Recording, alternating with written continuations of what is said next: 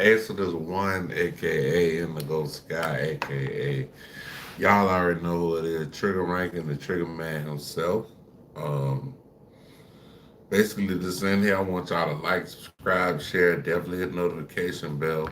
Um, if you'd like to support the channel, Cash App is in the description, or you can go to the top of my channel and follow me on any of the platforms. With that being said, let's get this show on zero.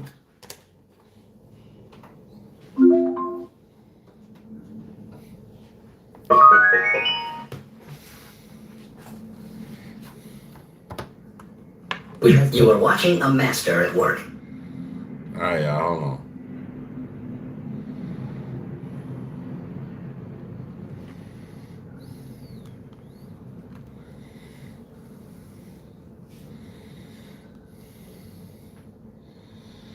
I'll give y'all this one now because a little later on I'm going to my girl house, bro. I got to get me some goddamn some honey smacks, some honey. Oh, we got a new one from our homies at Most Scandalous Los Angeles TV. We got one. Imagine being able to build an app with your name on it just by thinking about it. Meet Base 44, a complete AI create. Artists, just keep, you give you the same advice everybody else would give you. Keep doing what you're doing. Don't let nobody get to you. Shit like that. That is standard advice. Yeah. Keep doing what you're doing. Exactly. Cash Money through Cash Money? Cash Money West. Oh, so that is through Birdman and All I know is Cash Money West and Whack 100. You gotta ask Whack about the other people involved. you haven't seen your own paperwork? Nah, I seen it, but Whack showed me. I ain't see I signed with Cash Money West. I don't really know about all the. So Whack runs Cash Money West. Exactly. Okay. Welcome back to Scandalous Los Angeles TV, where we expose the exposers. It looks like DJ Academics isn't done pulling the curtains back on Blueface's contract situation. Recently, he revealed that CS2 Back had not only signed Blueface to a record deal, but also brought him on as a managed artist, which is a clear conflict of interest. In doing so, Academics exposed CS2 Back's questionable business practices, while also presenting Blueface with a potential path out of his contract. CS2 Back responded by going on No Jumper with Adam, insisting that Academics got the story completely wrong. This is where Act gets shut down at. He said Blueface is signed to me, right? Blueface was signed to Cash Money West. Cash Money West is owned by who? Birdman. I just oversee that division. So what the fuck are you talking about? But Academics wasn't letting it slide. Instead, he broke down Wack's claims piece by piece, digging deeper into the details and presenting evidence that only further contradicted his narrative. So with all that said, let's get right into it. Right. So I do want to address like this Whack 100 thing. Me and Whack did talk. We saw each other fight. Actually, maybe I called him, but not right now because I'm on like a little roll. I don't want to derail it. I know sometimes I feel it derails the stream. I love Whack though. I love Whack though. Before I get to the topic of him and then LLE, I do want to address this idea and what I spoke about Whack 100. It was clipped. I won't say that necessarily out of context, but people took a piece of what I said and they ran with these salacious titles to say, I am accusing Whack 100 of completely robbing Blueface. Now, That's exactly what Academics is accusing him of. And not just that. He's also accusing him of lying and a whole lot of other things. We're going to see all of it unfold as this situation continues. I could probably play what I said, just to make sure I'm holding myself accountable and not trying to change the narrative. But also I want to play what Wax said in response to it. And maybe that's fair, right? It's a conflict of interest. Shout out from the UK. Hey, put your hands together for the UK. Put your hands together. I'm not going to get into business, but I always knew Blueface was pretty stupid. I'm gonna tell you why. Blueface is signed to Whack 100 and managed by Whack 100. Let me tell you how this works. When you sign to a label, they take at least half of it. Then you're getting managed by the guy who owns the label. So of your 50% that you're getting, or less than 50%, he's still taking at least 20% of that too. It's double dipping. You get what I'm saying? So you never sign, you never get managed, or you don't have a management company owned by the people that also sign you. Okay. Now before I address and kind of like, not necessarily clean up what I meant or really fully explain, I do want to give Whack 100 the opportunity. Academics claims that you've been stealing money from Blueface. Yeah, I got on his ass about that. That was crazy. So for the record, he said since Blueface is signed to you on a music level and managed by you, that means that you're essentially taking like half of his money. Here's the thing with academics. When I talked to him, I said, have you ever done a contract with anybody musically? Whack never said that to me, and I absolutely have. At the beginning, Good, man. you heard DJ Academics say that he loves Whack. But for someone who claims to love him, he sure doesn't hesitate to expose him. Right there, he says that CS2 Back is lying, and that Porky never said any of that to him. So like I said before, he's not just exposing Porky for being a janky promoter, he's also calling him a liar. I literally have a joint venture, just like I have a joint venture at the Academy Records that falls under 10K. Used to be under Capitol, now they send me notice they're under Atlantic or AMG, okay? Which is a newly formed thing. Elliot, which is the son of Lucian Grange. The deal I did with... Y'all hit the Cash App up, man. Cash App in the description. The goal for this video, $20. Just trying to get $20. That's it. Y'all hit the Cash App, $1 piece, man. Everybody hit the Cash App, hit the like button. Elliot Grange. It's on 10K Projects. It's there. I'm signed to my own label, right? Which literally I had to sign that myself. And also I signed another person as well. And also I've offered contracts as well. But that's neither here nor there. Y'all hit the Cash App. Hit the Cash App. Would I say I have more experience in Whack with doing contracts and stuff like that? I would say no, because Whack has worked with a lot more people, clearly. No, I said, what are you talking about? Well, I'm looking at Finesse. Finesse's contract, he got 4 or 5 people. I would never allow that to happen with none of my clients, because I know too many direct people. But who is it? It's Billy Bag Yo. Oh, so he originally said Mob Ties. and then Mob Ties. JPE, which is the dad. You got Atlantic as the mother company. So that's 4. And then him. You see what I'm saying? So his 20% is really probably 20% of a 40%, which is really like 8%. This is where Act gets shut down at. He said Blueface is signed to me, right? Blueface was signed to Cash Money West. Exactly. You selling Cash Money through Cash Money? Cash Money West. Oh, so that is through Birdman and All I know is Cash Money West and Whack 100. Whack 100. Whack 100. Cash Money West is owned by who? Birdman. I just oversee that division. So what the fuck are you talking about? Academics claims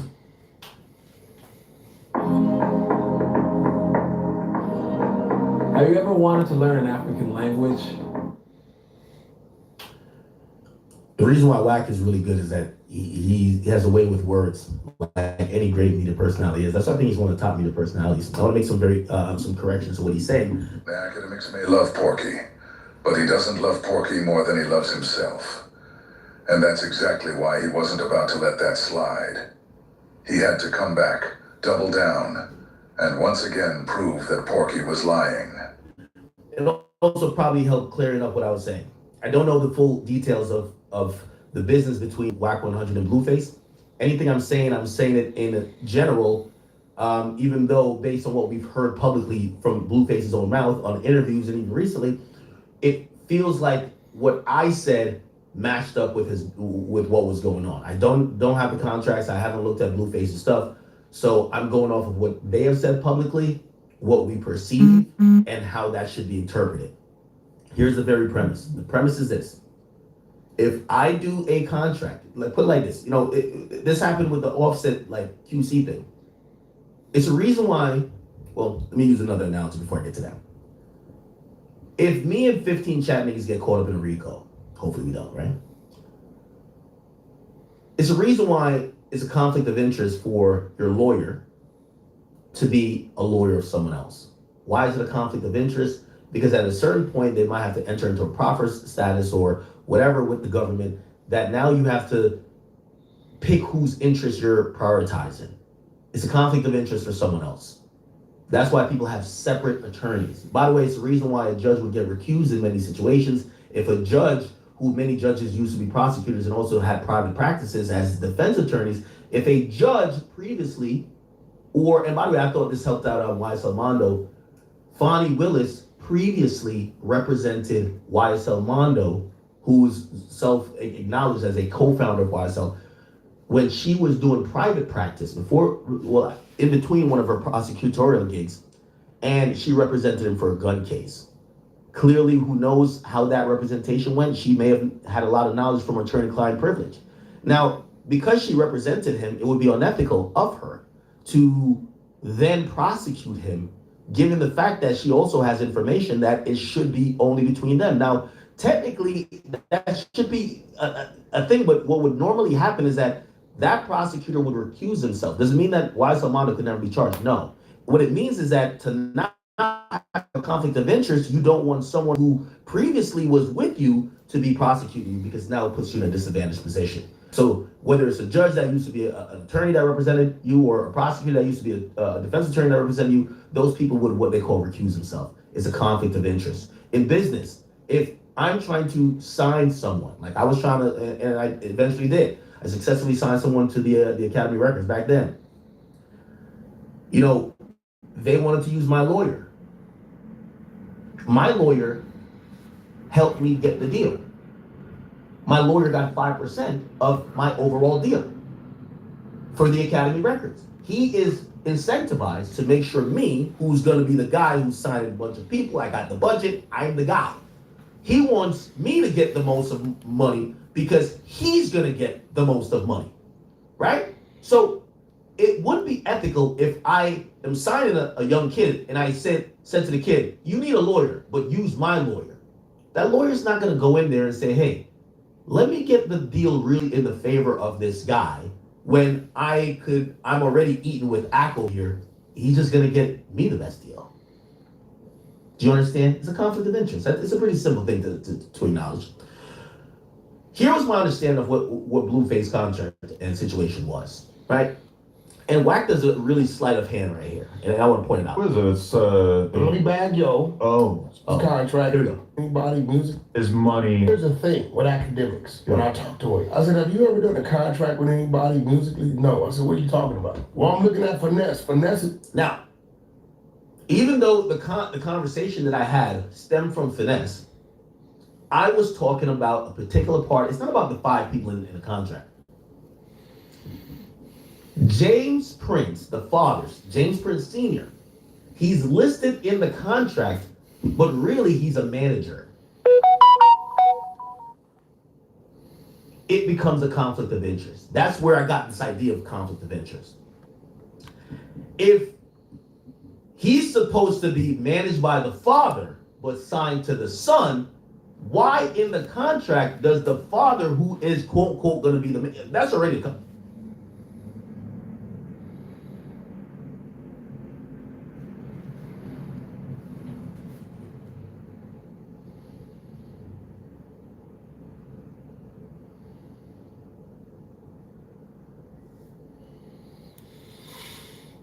of interest. You're managed by the father of the nigga you're signed to. Come on, like these are like kind of simple things, right? Like we're not like we're not Aristotle or something, right? But whatever. Let's say that happens. When reading the contract, the father was also included as someone that was going to take percentage. Well, to me, that's double dipping. How are you the manager, and how are you also in the contract as the person that will be getting some type of proceeds from the music, as if you were a label or, and this is the important part, a production company. Now, I'm going to explain to you a little bit of music shit, because Wack is going to over talk it right here. Listen to Wack. This contract, he got 4 or 5 people. I would never allow that to happen with. Okay, so I explained that part already, right? It's not about necessarily the amount of people. Is that some people are doing 2 different roles, but they're all claiming percentage. That's a problem. But none of my clients, because I know too many direct people. But who is it? It's And also the problem, even if you're saying, because somebody can make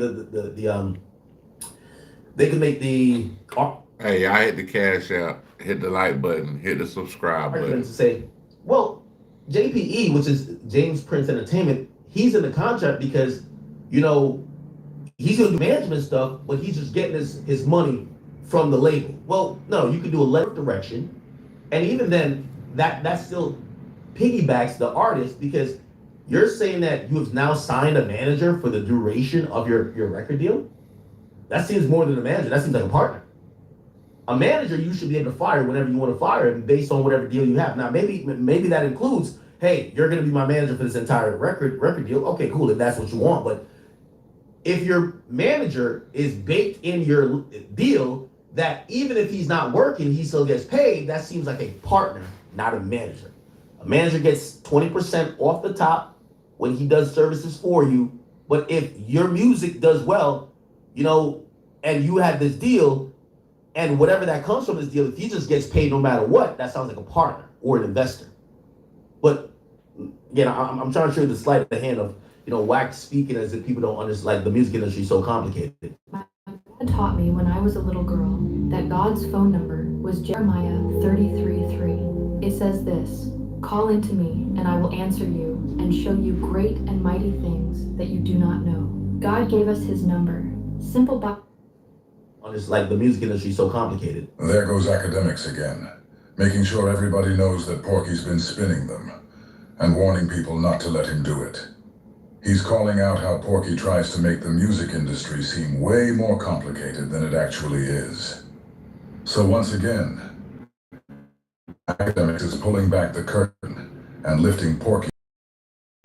I don't know. I don't know. He originally said. I think they be getting mad because I got a Pooh Shiesty on in the house, but I don't give a fuck, bro. Goofy ass nigga. Like, I don't care nothing about no. Yeah, haters. Goofy ass nigga. Fuck about that shit. What you talking about, bro? You talking about some stupid shit, bro. Like, fuck about that shit, bro. Fuck out my motherfucking face. JPE, which is the dad, you got Atlantic as the mother company. So that's 4. And then him. You see what I'm saying? Bro, I ain't never said you. I don't give a fuck if you was mad, nigga. Goofy ass nigga. My motherfucking chat. I don't give a fuck. You in my chat, bro. So, okay. You good? Are you finished or are you done, bro? Are you finished or are you done, bro? Like, you good, bro? Bullshit. You good? What? Bro, what are you talking about, man?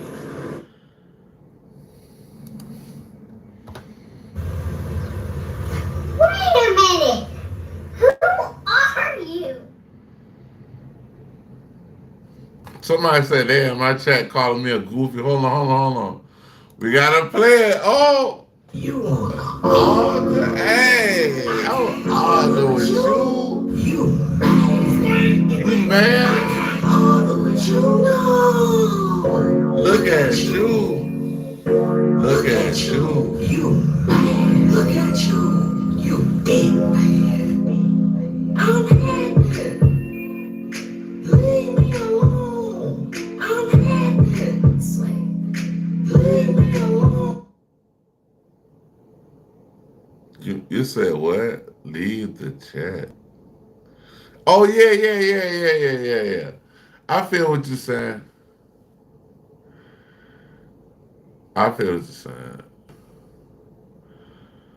Somebody said about the chain it's silver, bro. It's not all that. It's a little silver chain. That's all it is, man. But it got some meaning to me. Like, I didn't just buy it just to have a chain. I bought it because it got meaning to it. It's an actual Mayan calendar. I don't know if y'all can see it, but it's a Mayan calendar. Got the whole like the whole Mayan calendar on it. Like that's the only reason I bought this shit. What? A shout out? You ain't get no motherfucking shout out, nigga. Shout out well. Shot your face out. What? Bro, what are you talking about, man? Bro, you're a goofy, dog. You're a goofy, bro. We don't know who you are. We don't care who you are. You probably don't even got a female. You probably ain't got one female you talk to right now, bro. You probably just on some goofy ass. Rahman Rahim, Alhamdulillah Rabbil Alamin, Goofy ass. Rahman Rahim, Maliki Yawmiddin, Iyyaka na'budu wa iyyaka nasta'in, Ihdinas siratal mustaqim, siratal ladhin an'amta 'alayhim, ghayril maghdubi 'alayhim waladdallin. Amin. Bismillah.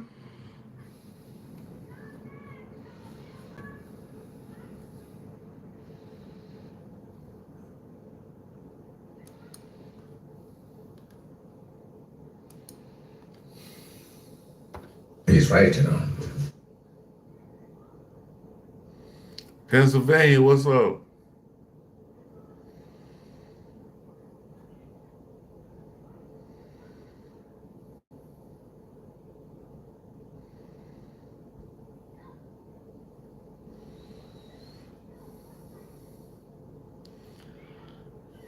I gotta look up Hound Doom. Okay. They say you guys are alike. Alright. Hound Doom. Okay, cool. I look them up. I'm about to start me one more YouTube channel. One more. I got two. I'm gonna start me one more. I had three.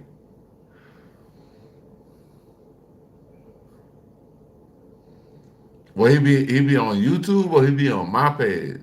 He ever came to my page? Send him to my page and then like we'll fuck around. Oh my God, bro! Like, bro, what do these people be talking about, bro? Like, we be having some weirdos in the chat, bro. Like, where you come from, bro? Like, are you okay, bro? Where did you come from? What rock did you crawl up from under? Tell me that. What rock? What's up? What's up? What's up? The niggas say, Graham.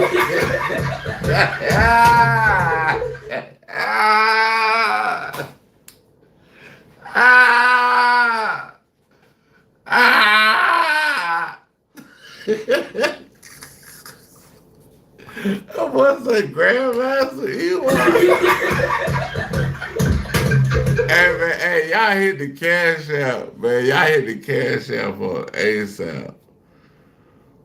What's up? What's up? Hey, y'all hit the cash out, man.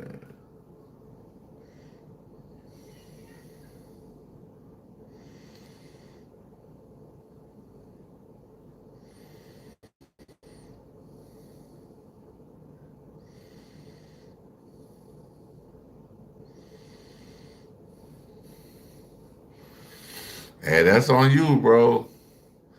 All I can say is be careful. Be careful. You know what I'm saying? Like, just be careful, my nigga.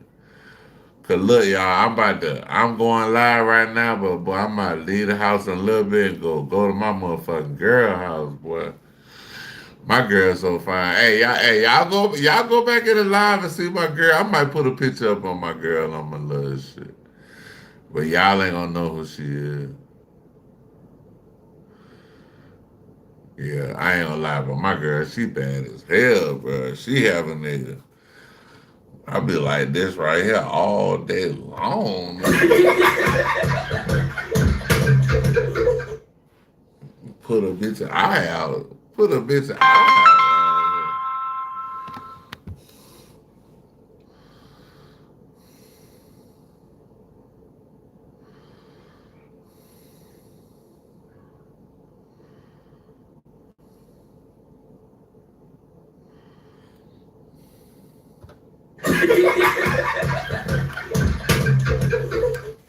Yeah, I'm finna do this live till about 9 something.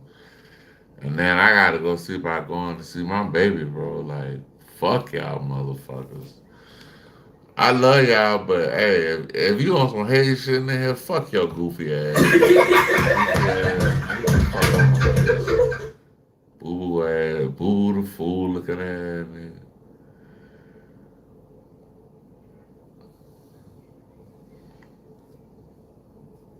Somebody say I've been lying half a day, and I can do that. I can do that shit, nigga. Yeah, I've been on live half a day. I've been with my girl half a day, nigga. She's about to get out work, and I'm about to go over there, and I'm about to eat some peach cobbler and get some of these cookies. Sit your goofy ass down, bitch. Sit your goofy ass down, bitch. Goofy ass motherfucker.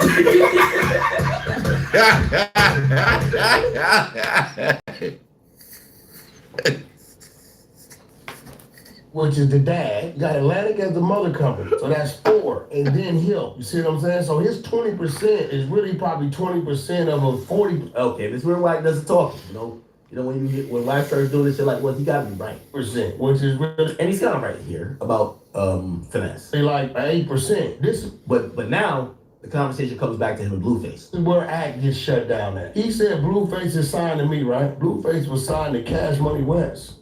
Okay. Now,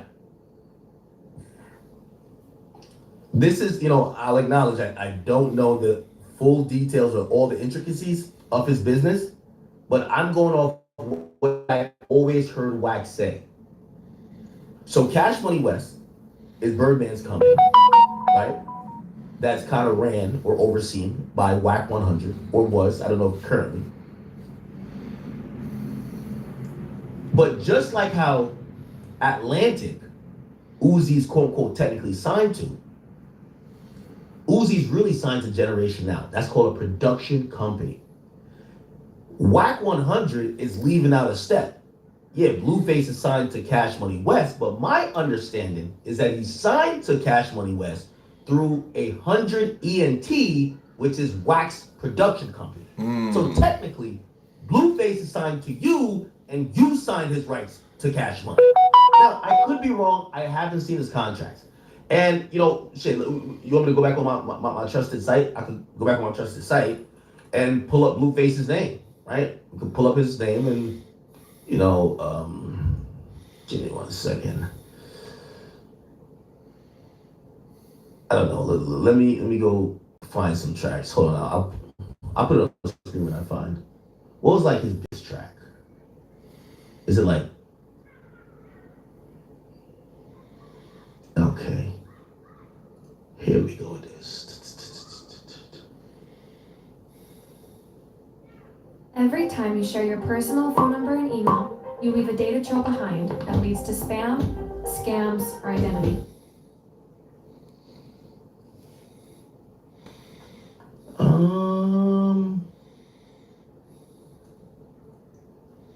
Why does it say record label unavailable? All right, it's okay. What I'm gonna do is let me do here, and let me just go to Spotify yet again, right? So when I go to Spotify, let's go to Blueface. This is gonna, they usually are accurate and will print wherever it's coming through, which you can figure out label information there, right? So I don't know, his latest single is called Vibes, right? Vibes. Rich the Kid, DDG, and Blueface. I don't think this is, I think this is Rich the Kid's song, low key. What's the last, I want to see the last Blueface solo song to be able to see. Better featuring Stunner Girl. Okay, let's look at that. Now, you see what you see right here that says 2026? You talking about my beats? You want me to play my beats? You want me to play my beats? Y'all want me to play my beats? That's what you say? You saying I got tight beat? I can play my beats right now if you want me to I play the beats and don't give me. Put a 1 in the chat if you want me to play my beats. I'm talking about we gonna crank this bitch up real quick. Stop playing me out here, bro. Put a 1 in the chat if you want me to play my beats right now. Let go.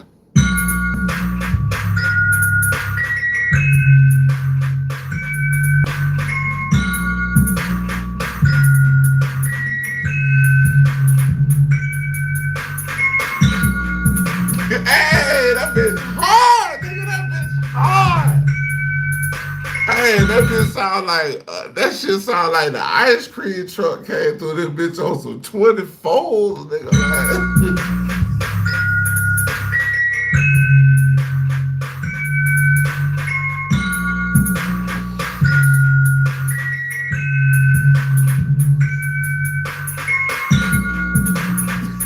Hey, that shit hard, bro. That shit hard, that motherfucker.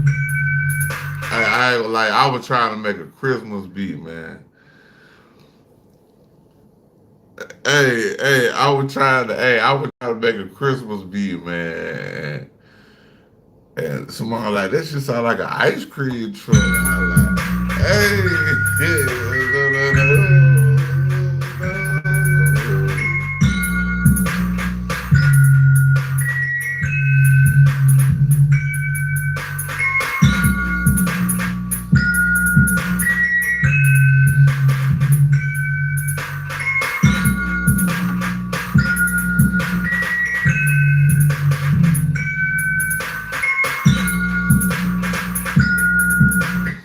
ice cream truck, nigga. It said not the ones on speaker. Right, I got speakers everywhere in here, bro. I got speakers all over my house, bro. I got monitors in my back room. I got shit over here. I got all kinds of shit in here. To my song on speaker, like, bro, okay. Ice cream truck pimping.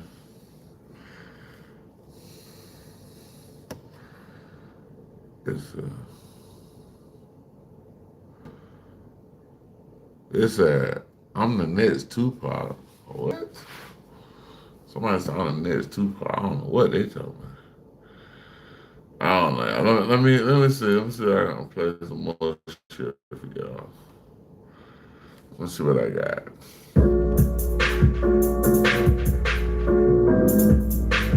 This like vibe music, dog. This vibe music. This vibe music right here, bro. Like this shit. This shit I do for like. This shit I do for like.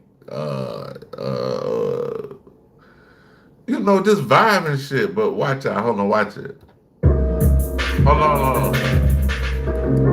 I'm sorry, y'all. Hold on.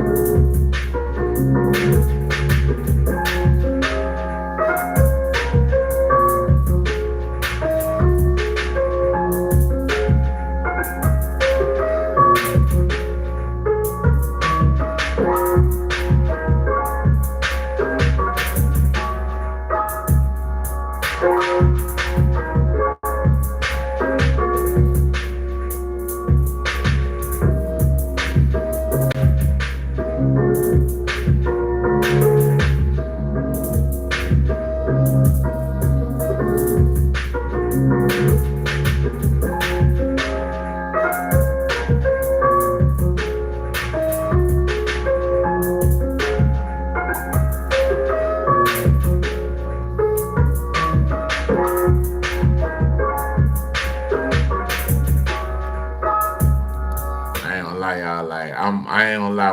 When I get into my beats and shit, bro, I'm a different person, bro. Like I love music, bro. I can sit here all day and put a beat together, bro.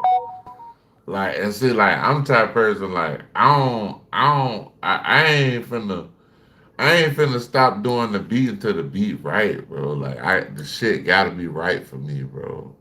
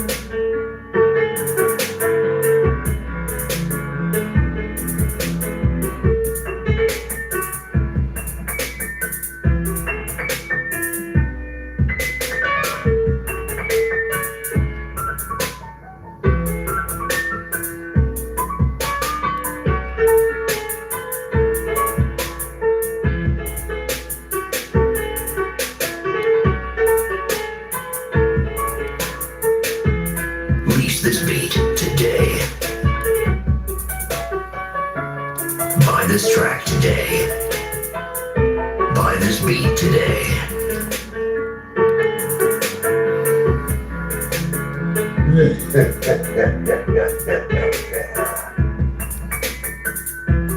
The most important investment for an artist is their production. Purchase this beat today. Purchase this beat today, nigga. Like, hey, y'all call Belly Gang, man. Call Belly Gang. Call Belly Gang and tell that nigga to hit the cash app, nigga. Hold on. I'm trying to find something to play. Hold on. Let's see. Trying to find something. Hold on. Let's see. Oh, I ain't gonna lie. That bit hard too, though. That bit hard though. But that bit that bit a little different though. That bit right here like, that bit right here like, shit. That bit like some jazz, a little bit of R&B. But check it out though.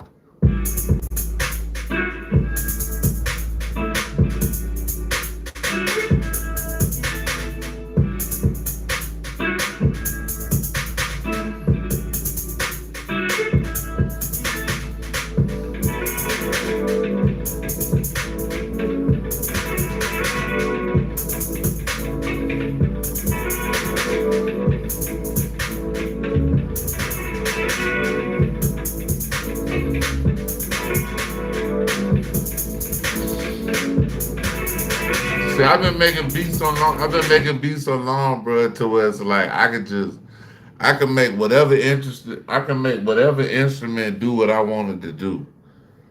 Like, I've been making beats so long since like the shit just in me, bro. Like, I don't even need a keyboard. I got keyboards and shit all over this motherfucker. I got beat machines, I got MPC, all that shit. I don't need none of that shit, bro. I don't need none of it. I could do this shit with the keys on the actual computer, bro. Yeah, FL Studio, yeah.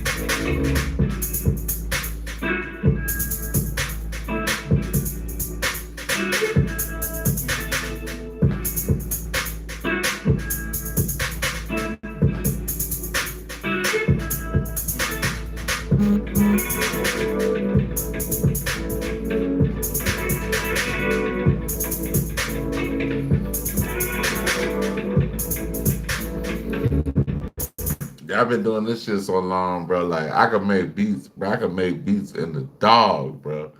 Like, I can make beats with a fucking phone, nigga. Like, yeah, hey, bro, my shit so hard. I've been doing this shit so long to where it's just like, I know this shit, bro. I've been doing this shit too long, bro. It's like I know what the fuck I'm doing, bro. Like.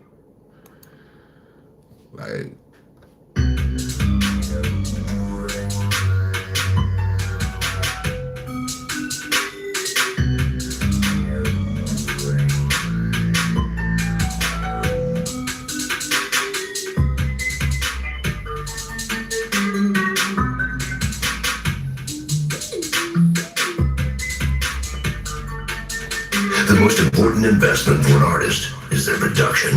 Purchase this beat today. Invest in yourself and lease or purchase the exclusive today.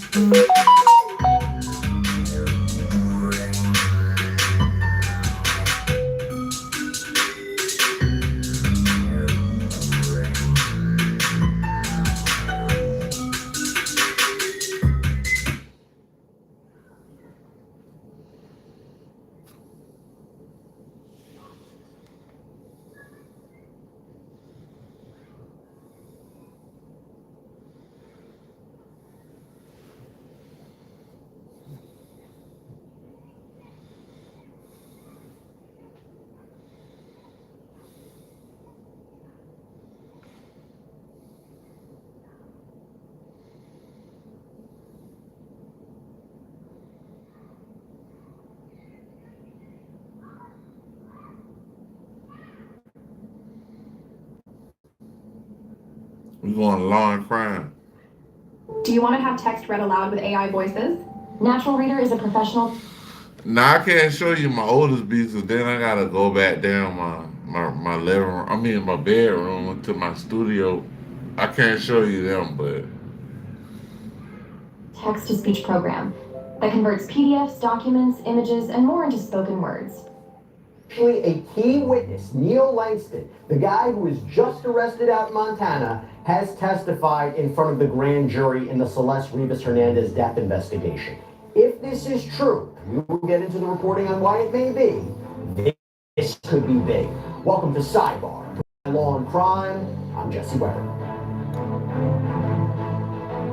Big news in the David case we got to talk about. So TMZ has just reported that the singer's apparent friend, somebody we've talked about before, Neil Langston, has testified in front of a grand jury seemingly in connection to the death of Celeste Rivas Hernandez. We've talked about this before. hey, if y'all want to hear me perform the song, my little song or whatever, put a 1 in the chat if you want to hear me rap my little joint. I got a little joint where I'm singing and rapping on that. If y'all want to hear the shit, put a 1 in the chat. Or whether or not a grand jury is hearing evidence in this case. And of course, she is the 14-year-old girl. Hold on, y'all. Hold on.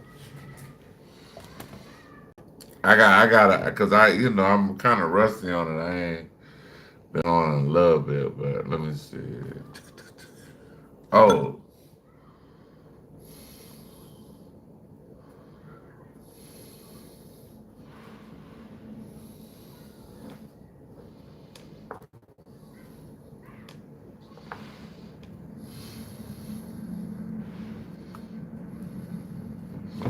All right, hold on, let's see. I think it's this one.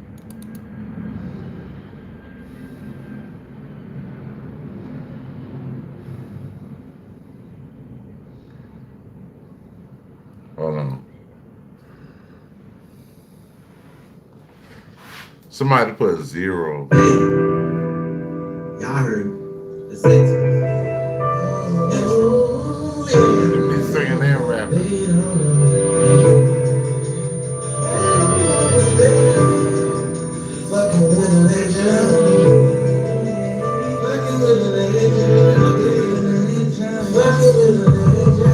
Had to go to mouse. Now we in the kitchen. Got a big mouth, not a whole world listen. Big stacks on the menu. I keep getting hard shit and the verse. It been written. Rigor mortis on the floor. I keep spitting. If I'm Jordan, nigga, you pimpin'. Style slicker, that's a rock, but I'm never slipping. Got a gang of bad bitches, but they never flipping. My life's got a choice. It's a good mission. 7 years, hey, I'm talking superstition. It be fucking fast, it was strange, listen. I got 25 keys like I'm Aloysius. I go hard every time like an audition. I make hardwood classic, authentic. 6'5", young, black, and still gifted. I'm running through your cities with the gears shifted. See like red in the milk, boy, I get lifted. Real recognized real, I was born different. I be beating up the track till they get missing. Even spit a hard flow on the intermission. 89 city nights and the crew ripping. Better days and no repetition. Hey, they don't know the days. Fucking with a legend. They don't know the days. Fucking with a legend. All the way from the start. They don't know. They don't know. They don't know. Fucking with a legend. Can you hear my heartbeat? They don't know. Can you hear my heart beating that bitch? This ain't Grandmaster.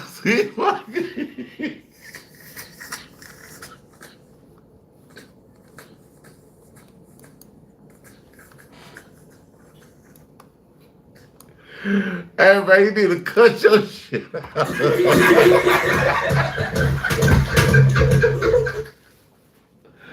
Hey man, cut your shit out, bruh. That nigga said. This goofy ass nigga said. Grandmaster Ewok. Bro, cut your shit out, bro. Cut it out, bro. It said what? It said play that shit more often. Shit is tight. Oh, okay, appreciate it, bro. You need to cut your shit out, right?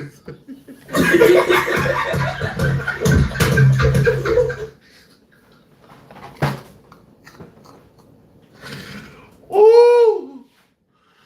Ooh. Boy, hey, I'm about to die. I'm about to die here, boy. Y'all got me acting the fool in here, bro. Y'all, hey, bro, you funny as hell. Booba, it's a Booba aficionado. Hey, man, you funny as hell, bro. I fuck with you, dog. I fuck with you, bro. From the moment you called me an Ewok, nigga,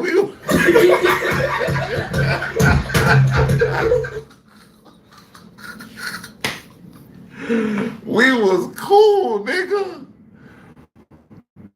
Only me and you, bro. Only me and you know what the fuck going on, bro. The moment you called me an Ewok.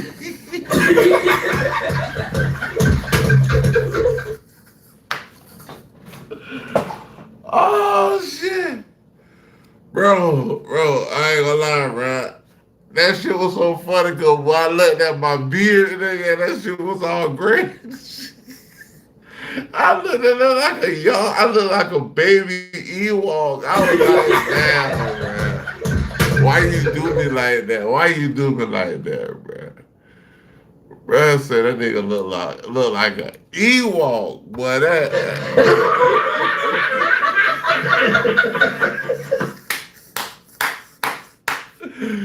Hey, bro.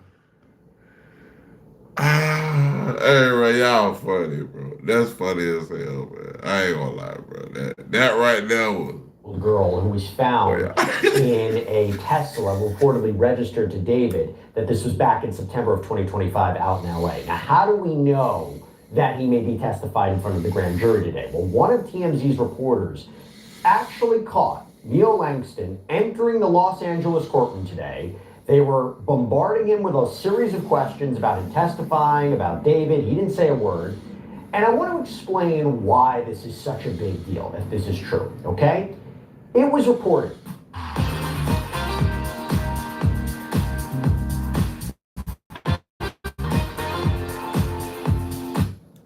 Langston was arrested out in Montana at his mom's house on a Los Angeles warrant for failure to appear as a witness, something we talked about here on Sidebar. It was because he allegedly refused to testify, potentially in the grand jury.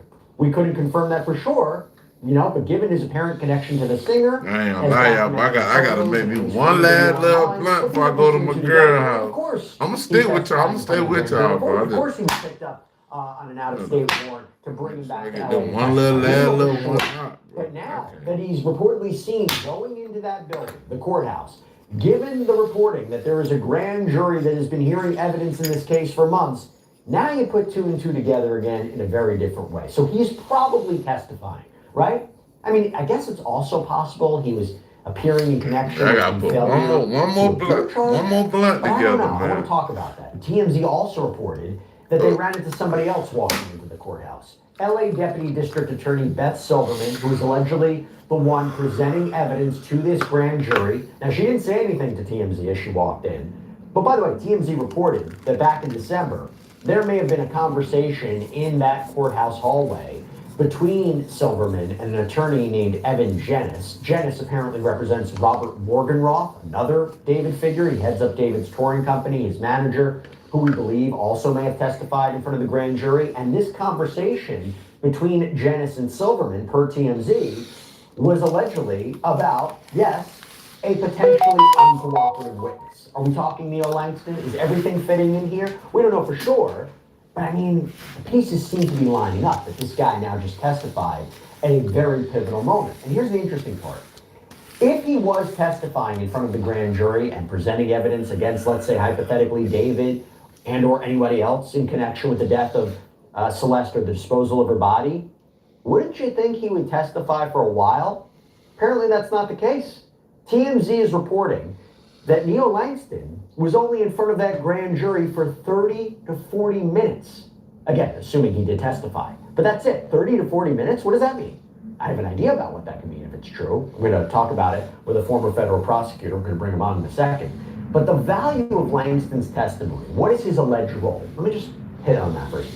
I think him and your boy, I think they might have been butt buddies. I don't know, but... Again, he was Could've picked up in been. Montana, arrested at reportedly his mom's house. He was then transferred back here to LA, booked into the MDC, the Metropolitan Detention Center. He was released on a $60,000 bail. And I go back to what Steve Fisher posted on X about Langston's arrest when it happened. Steve Fisher, we've had him on the program. He's the PI, the private investigator, who was hired by the owner of the property that David was reportedly staying at in LA, possibly near where the Tesla was found. Steve posted the arrest of Neil Langston for failure to appear to give testimony, which are the exact words used by the sheriff's department when speaking with me, concerns me to a certain extent, assuming this arrest is related to the Celeste Rivas Hernandez case. Targets are not typically called to testify in a case, essentially meaning somebody who could be charged. Had Neo received a target letter, he almost certainly would have retained counsel and invoked his Fifth Amendment rights. That makes me think that he is viewed as a witness rather than someone currently at risk of being charged. Did one person act alone in concealing Celeste's body? If this was a homicide, did a single individual act alone without a conspirator? I find that unlikely. They need to This would flip on mean them. that Neo may represent a last-ditch effort by prosecutors, a Hail Mary of sorts, because they do not yet have what they need to fully make the case. They may be attempting to pressure him into cooperating, potentially by offering immunity. Is Neo the last hope? might flip And by on the way, that. I go back to what Steve Fisher told me on a recent episode of Sidebar about what he thinks Neo's potential connection to this criminal case is. Take a look. I'm looking at this whole situation a little bit broader than just the homicide. I understand the homicide is what we're looking for, but Celeste was trafficked, and listen, there's messages back and forth. They knew her age, and so it's not just that. Listen, there's sex crimes against this girl, and there's some people that knew what was going on. There's some people that gave rides to her back and forth, even to Lake Elsinore, and so it's not just the homicide for me. I just think that this is one of the. I hang with y'all till about 8 o'clock, bro. 8 o'clock Eastern. I hang with y'all till about 8 o'clock. I gotta start getting ready at 8 because I gotta go be with my girl, bro. I can't. I'm tired. I'm tired of being alone. I'm tired. I don't want to be alone no more. Face ass. Oh, lonely. Because I'm lonely. Look at that. Face ass, man. These things where we got to start standing up for these young girls that are just taken advantage of by these predators. I ain't gonna lie, I am lonely though. I need to go see my girl, y'all. I gotta go see her, bro. Shit. Bro, I ain't gonna lie. If your girl look like my girl, you don't wanna see her every motherfucking day. You want to see her all the time, bro. You would not go home. I swear to God, you would not go home. If your girl look like my girl, you would not go home. When they say, are you going to go home? We're going to say, we don't do that here. We don't do that. We don't do that here, nigga. We don't go home over here. I go home to get a couple of clothes and come right back. Hey, the Ewok need love.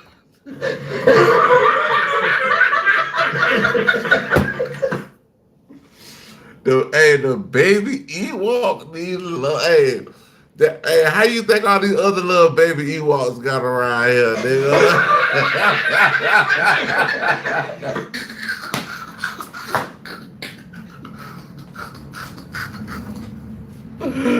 Hey, bro, how the fuck you think the other little baby Ewoks got around this motherfucker? The fuck you talking about, nigga?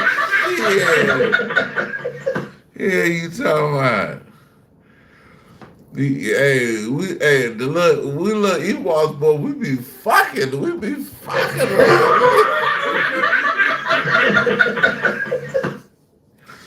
We be fucking. Yeah, you talking about what? Yeah, you talking about that nigga said Ewok need love too. We definitely need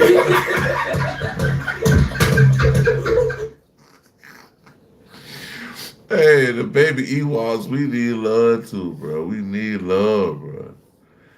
God damn. I'm talking about the baby Ewok looking at him, man.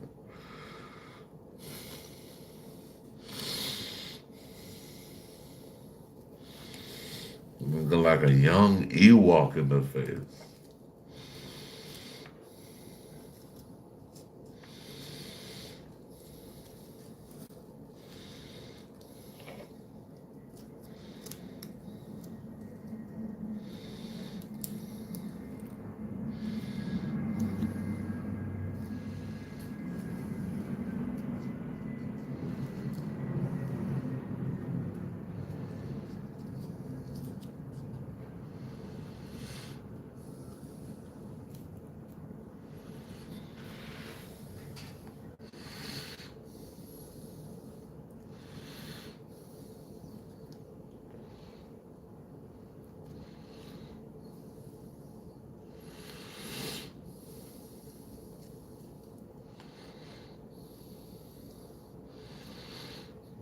It was almost about that time. My girl about to get off in a little bit. My old lady about to get off of work, but I gotta go meet her. I gotta go meet my baby, guy. I gotta meet my baby guy. Talking about bomber clock, bitch. Bomber.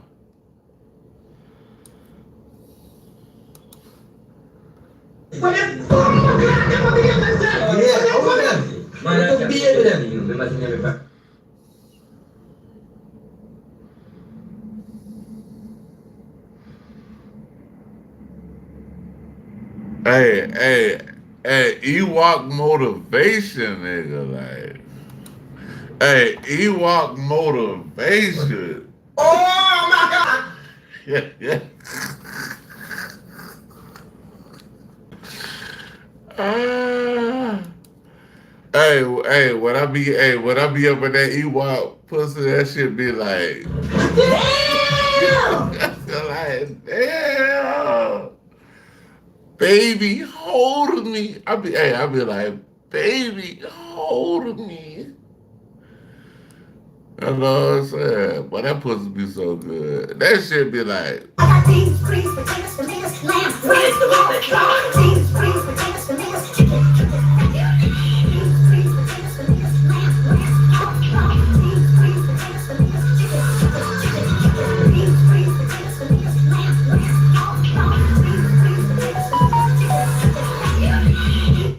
I'm talking about you name it. That pussy be, that pussy be good. Ooh. I ain't gonna lie, bro. Let me play the video, bro. I'm sitting here talking about my girl and shit, man. I'm tripping, bro. Let me play the motherfucking video, bro. God damn. All right, y'all. God damn, I'm sorry. Y'all got me up here reminiscing on my girl and shit like, hey. We just can't get there with it and we let it go because there is other. Man, hey, check this out. So, I ain't think I was gonna ever get another relationship. When I met my girl, guess what? Got him! He got got him! Hey, she got me, bro. Got him!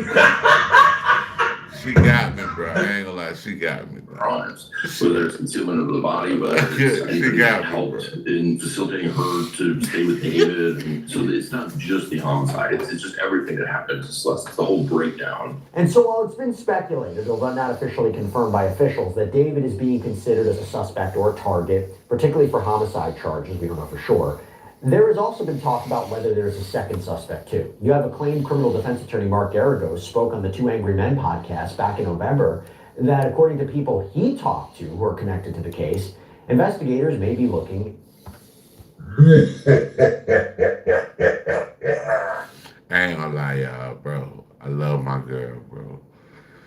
love my girl, bro. I ain't gonna lie, bro. Yeah.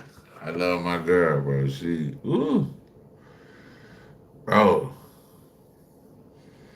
I don't know, bro. Like y'all looking at, I know y'all looking at me, but y'all might not. Y'all don't feel what I feel right now, bro. Look like a Mortal Kombat character without the hat.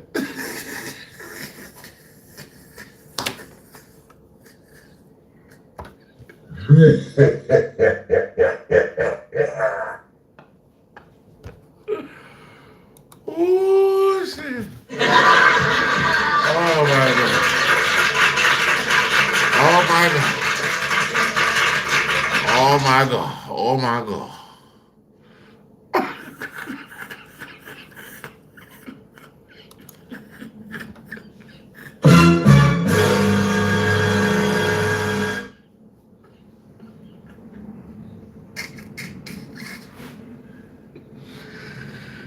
Man, cut it out, bro. Hey, man, leave me alone. Leave me alone.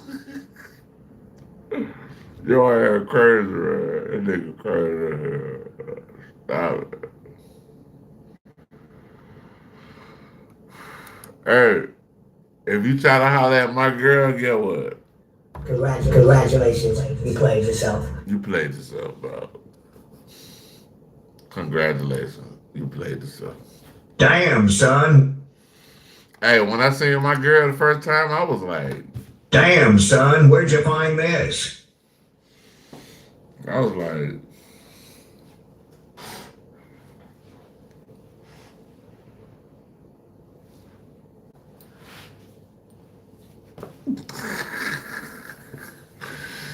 first time I seen my old lady, well, I was like, God damn, where the fuck you come from, motherfucker? Like, did you find that a bit? Like, God damn. I'm talking about, hey, y'all, my girl, bro, she fine as hell, bro. Then my old lady, she older than me though. She like about 5 months older than me, but bro, when I say she fine, my nigga, bruh, all I could do, the first thing I did was eat the peach cobbler. I was like, the peach cobbler is gonna get ate tonight. You gotta eat. We eat peach cobbler tonight. Stop playing with me out here, bro. That's what we doing, nigga. Stop playing with me out here, bro. We eating peach cobbler tonight. For real, I ain't bullshit, man. Fuck you think this is, bro? You thought I was gonna go over there and didn't eat no peach cobbler? A bullshit. A bullshit. A bullshit. A bullshit. Fuck you think you playing with out here, bro? Like, hey, fellas, get you a good one, man. It ain't. Hey, I'm gonna be honest with y'all, fellas. I'm gonna be honest with y'all, fellas. It ain't about quantity. It's about quality. He's right, you know. I'm gonna say that one more time for y'all. When it comes to females, it's not about quantity. It's about quality. He's right, you know. Yeah, get you one good woman and stick with her, bro.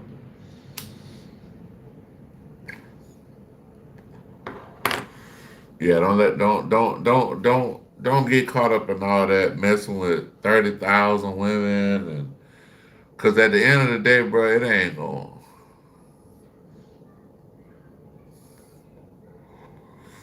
It ain't gonna be what you think it's gonna be, bro. I had a little cousin, man. He had 2 females. He thought he was doing everything. He thought he was doing the shit. So one of them bitches left him. Like, get you one good woman, bro. Like, one good woman. That's the best thing, bro. Come on, bro. Get you one good woman, bro. Settle down, bro. You ain't gotta have 20. Bro, I don't even want 2 women at this point, bro. I don't, bro. I don't want 2 women, bro. Like, That shit don't mean nothing to me, bro. Like, you know, I'd rather be alone or just be with a good woman. Like, one good woman, like, for real, dog. Hey, yo, check it out. You know who it is, man. It's the one only Mr. Gangsta Girls himself, DJ the Fuck Drama, aka Mr. Thanksgiving. Big shout out to my big homie doing this thing, DJ Morrison. I see you over here holding it down. Holla at me sometime, man. Let me get some of them exclusives you got. Pay attention, you bastards. Pay attention, you bastards. I'm trying to tell y'all some shit. Yep, I'm in Atlanta. I'm in Atlanta. Shit, I can't wait to go with my girl tonight. But hey, I'm finna be knee deep in that thing. I'm talking about. But I'm finna be knee deep in that thing tonight, bro. I ain't gonna lie, bro. I'm in love again. I had my baby on the screen, nigga. Go check unidentified second person that was involved, quote, before, during, and after Celeste's death. That they may have digital evidence to support it. Cell phone data, social media activity, digital data from the Tesla, that this evidence places this person in the same Hollywood Hills neighborhood during the time when either Celeste died or her body was found. So again, we don't know for sure, but what's Langston's alleged role in this? What could it be? So I want to talk about Neil Langston possibly testifying in front of the grand jury today, what it means. Let me bring on former federal prosecutor.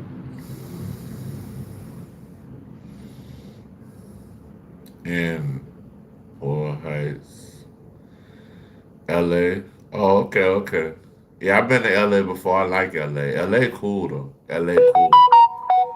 LA super cool, man. LA cool, bro.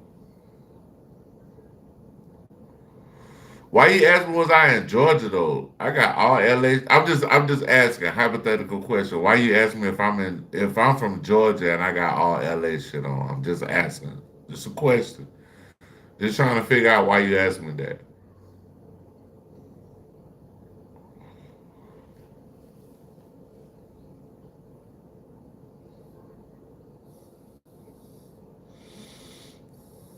Well, it's getting close. I'm gonna go see my girl.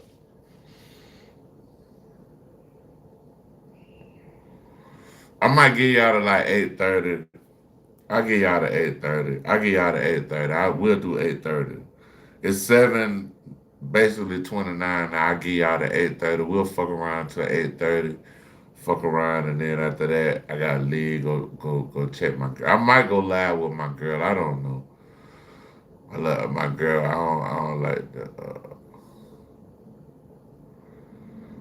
You dig? Oh, you said the accent. Oh, you said the accent. Oh no, I'm actually from Florida though. I'm from Florida, bro. But I've been up here in Atlanta for 20-some years, so I did. So all that shout it, all that shout it, shout it. Let me holler at the shout it, all that slick ass. All that little slick ass talk. It said, why my hat eat my face? My hat ain't eat my face. So, what you tapping at? What you tapping at?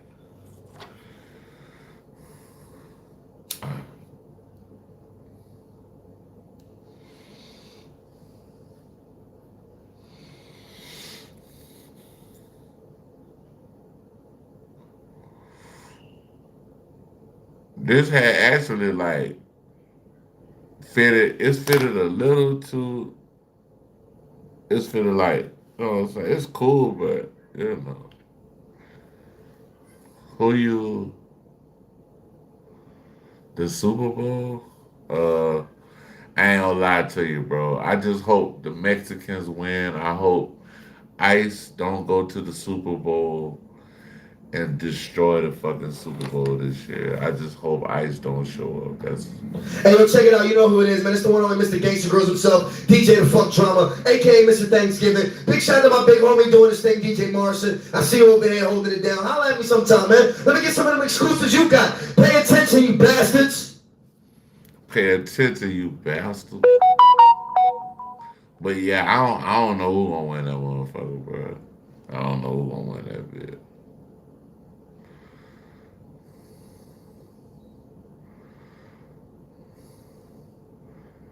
I'm in Atlanta. The World Cup gonna be right here. The World Cup gonna be right here. I'm talking about, hey, the World Cup gonna be right here in Atlanta. Hey, check this out though. Put your hand together for Atlanta for getting the '96 Olympics and the World Cup. Put your hand together for Atlanta, Georgia. Atlanta, Georgia in this bitch. Stop playing with me.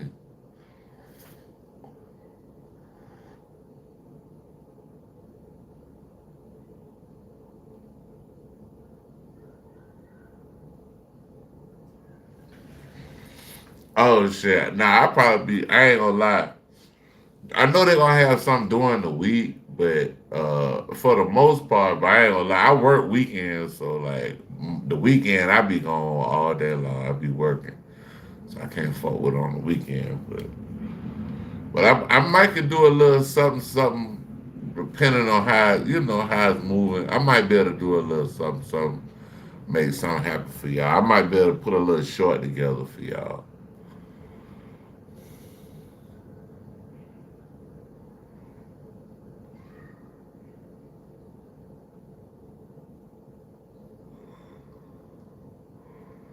Yeah, they said that shit gonna be like a whole month. I was like, what the fuck? That shit longer than the damn Olympics. The Olympics be like what? 2 weeks? I think 2 weeks, some little shit like that.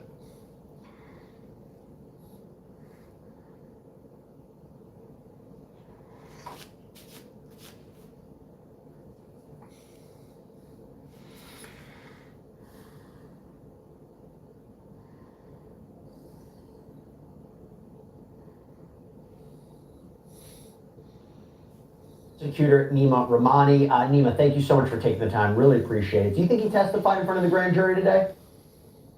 Jesse, I do think he testified. The question is, what did he say and did he invoke? And I think the two most important things to know, and this is me sitting in downtown Los Angeles. I'm about less than 2 miles away from the courthouse. There's two things to know about LA that make it different from different jurisdictions that we cover here on Law and Crime. And sidebar. First, TMZ has its finger on the pulse of Los Angeles. Their reporting is very, very accurate here in LA. They know people at the courthouses and the clerk's office and the DA's office. They have sources that TMZ them like, bruh, this man he been in the industry for since I was a kid, bro. Harvey Levin in the industry since I've been a child, bro. So it's like,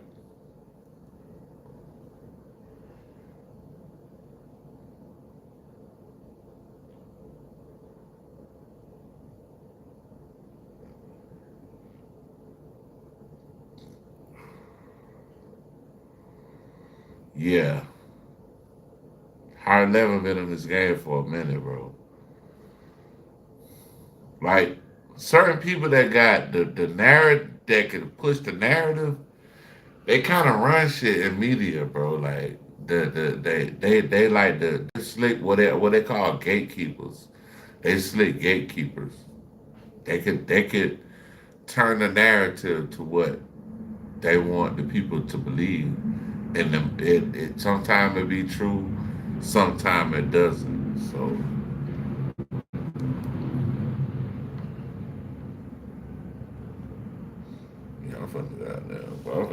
more traditional media. Sue my landlord, but I don't know where to start. What documents do I need to legally start a business? And the second thing to know is this. In LA and at the district attorney's office here, they rarely proceed by grand jury. So grand juries are used in the federal system, they're used in most states back east. Here in LA, they almost always proceed by a complaint and a preliminary hearing. So the fact that we have a grand jury in this case is unusual. Now, obviously, Celeste has been presumed and found dead since at least September, and obviously So they found her in September.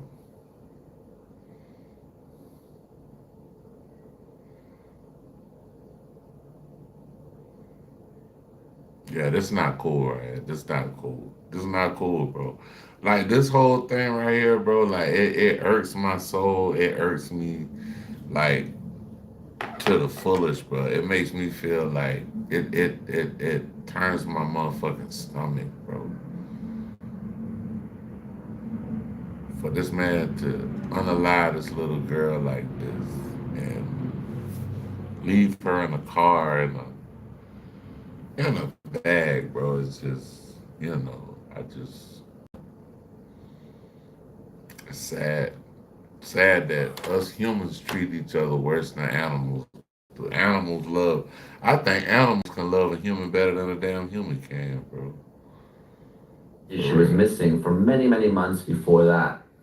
So the question is, why is the DA's office using a grand jury in this case and not just charging David or other co-conspirators? And they're using the grand jury for an investigative function, and that investigative function is to lock down witnesses like Langston. They're going to plead, they're going to plead. But ideally, in a case like this, where you have an individual who's the target of your investigation, David, and he's surrounded by an entourage, and members of that entourage probably don't want to cooperate or rat or snitch, whatever you want to call it.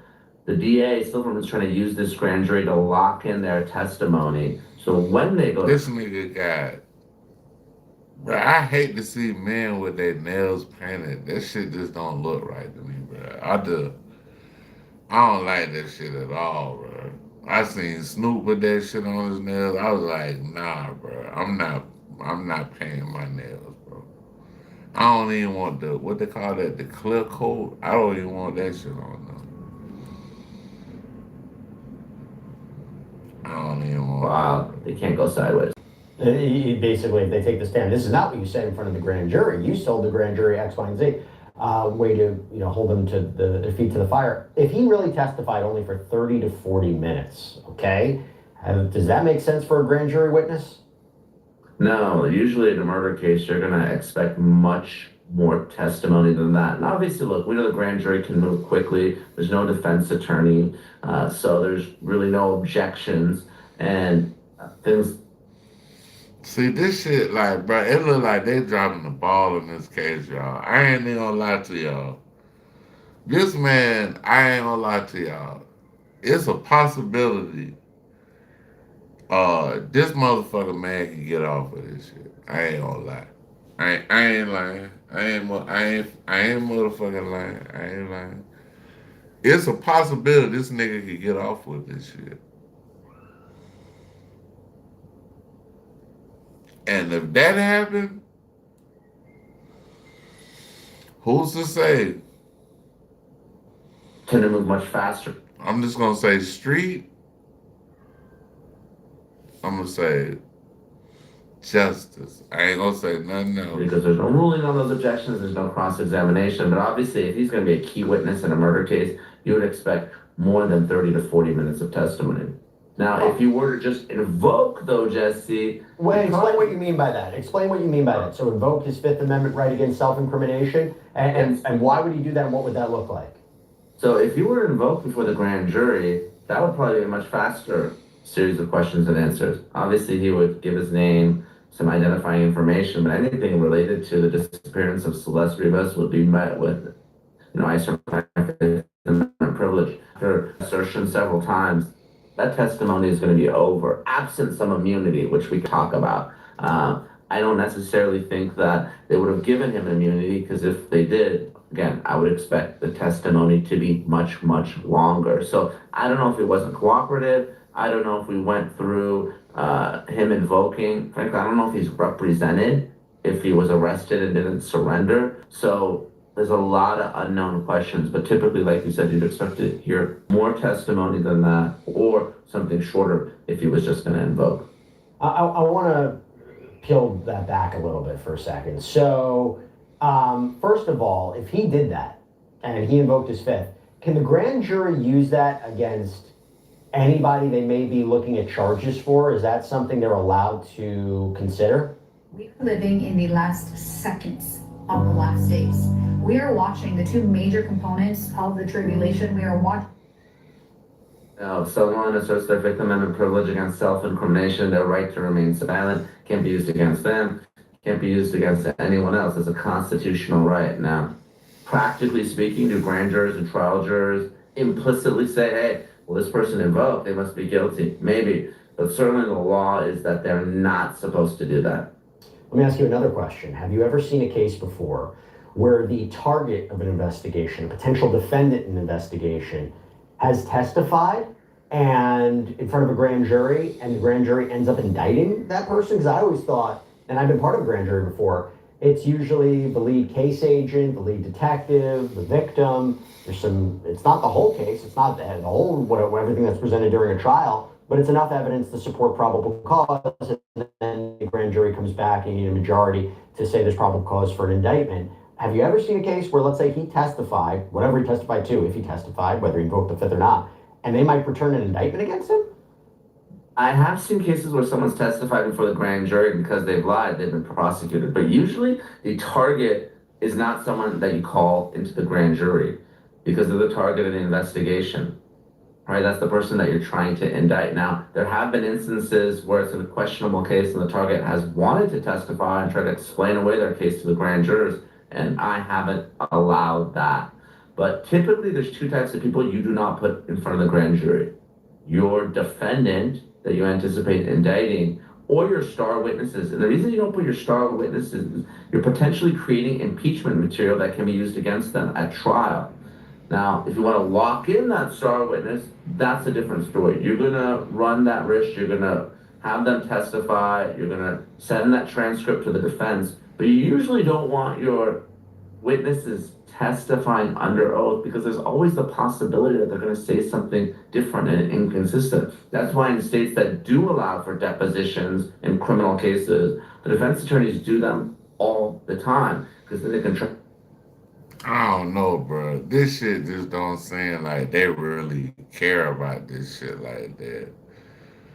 Like, bro, this a little girl that lost her life, bro. Like, what the fuck is, bro? Y'all about to make me start crying around here. Like, bro, what's going on? Like, what the police don't want to do their job? God damn. Trip up those key witnesses at trial. That's what makes it so confusing. If he was important enough to grab it from Montana. They talking about a motherfucking trial. This man still walking around and they find a dead girl in his car. 40 minutes of testimony doesn't, on its surface, make sense unless they wanted to lock him down for some key points in this case. Do you think that he's somehow involved in this? And again, it's so much speculation because we don't know officially if there's a grand jury. We don't know officially what charges they were looking at. Steve Fisher said they should be looking at charges related to not only her death, not only her potential disposal of her body, but whatever alleged relationship she had with David as a minor. And so do you think, based on the surrounding circumstances as you see it, is he a witness? Is he a target? Is he an accomplice? What do you see? I think he's likely a witness. And again, I want to assume for the sake of argument here that there is a grand jury. Hold on, y'all. I think I did this one earlier, but it's the second part to this shit. I gotta go back to Chiz. Back to Chiz. Ever misspelled a word and felt embarrassed or stumbled over pronunciation, feeling a tad insecure? Y'all check out Chiz Smooth, man. That's my dog. That's my dog, Chiz Smooth. YouTube, Chicks. I find, you know, I like Chick Smooth. Chick Smooth is somebody I really enjoy listening to on YouTube because Chick just got an intellectual curiosity about things. Who is going to take the bait from DJ Academics and attack Jay-Z? Is anybody out there brave enough? So last week, you guys all saw the FBI intake form that was written about Jay-Z, Harvey Weinstein, and also Epstein. Now, a lot of people went crazy after seeing Jay-Z's name on this report. People said, whoa, Jay-Z, that's odd. Why is your name affiliated with Weinstein and Epstein? Now, all the Jay-Z and Rock Nation conspiracy theories had a party. They were celebrating like their team just won the Super Bowl. Some people said, gotcha, Jay-Z. We knew there was something weird about you. And that's when old pictures of Jay-Z then Beyonce, Jay-Z, and Aaliyah started to resurface again. A lot of misinformation went flying, but of course, if you're anti-Jay-Z, you're going to believe certain things. Now, DJ Academics went on to call out media figures like Charlemagne, Wayno, Ebro, and Joe Budden to speak on Jay-Z's name being affiliated with Epstein. If you guys missed that video, please make sure you guys go check it out here. I've seen everybody do think pieces on supposedly a non-existent event that didn't happen, but I've seen everybody role playing on podcasts what is happening if I got slapped or not, which it didn't happen, but whatever, cool. Joe Budden, I can't wait to watch your next podcast. I need to, Wednesday can't come quick enough. This picture look crazy. If I watch the next Joe Budden podcast and y'all don't put this picture up and be like, yo, this looked like a preteen boy with a grown-ass man and this shit was wrong, I know y'all biased. Wayno, I need you to talk about this one. Now, so far, Wayno has responded back to Academics. Charlotte, I don't respect that. You say she looked like a preteen boy. I ain't like that. Aaliyah was a slim frame female. Beautiful. It's a beautiful woman. Well, girl, woman, whatever. She was of age when she died. Beautiful lady. We'll just put it like that. But to say she looked like a preteen boy, bro, like, I don't like that shit, bro. That ain't player, bro. That ain't player, big dog. and also responding back to DJ Academics. I don't understand why y'all are so quick to want to tear. Somebody said, hold on. You don't sit your goofy ass down. Hold on. Somebody calling me. Yeah, motherfuckers calling me on the line. Sit your goofy ass down, bro. Now, for the goofy in the chat. Hold on. Hold on. For the goofy in the chat. Where are we going to go with this? First, we're going to go here. What? Bro, what are you talking about, man? Second, we're going to do... We'll do this. Wait a minute. Who are you? And third, okay, hold on. Yeah, third, we'll do. Congratulations, you played yourself. All right, on with the show. Goofy ass. Yeah, our own. You want it? A little bit of research, okay? By the way, I saw way more headlines about Pusha T and Jay-Z than I did Eminem, but that's not surprising because we love tearing our own down. Even though when you're talking hip hop, Eminem is one of us, okay? But I don't even like the headlines I saw of him. All right, connecting Pusha T, Jay-Z, and Eminem to something like the Epstein files. Come on, man. Okay, listen. For everyone who may not know, let me explain to you. Mentions of these artists didn't come from Epstein's personal records. They didn't come from reports supported by law enforcement. Okay, these stories came from a crisis intake report. Hey, somebody said I'm ugly. Why? Congratulations, you played yourself. You played yourself. Bruh, go look at my last short. Just go look at my last short. I'm ugly. But, I'm ugly, but my girl fine.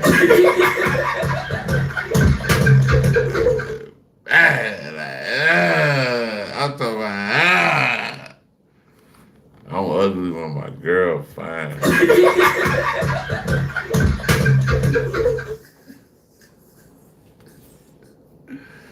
Oh, shit. That's funny, bro. Y'all niggas some goofies, bro. Like, that's it?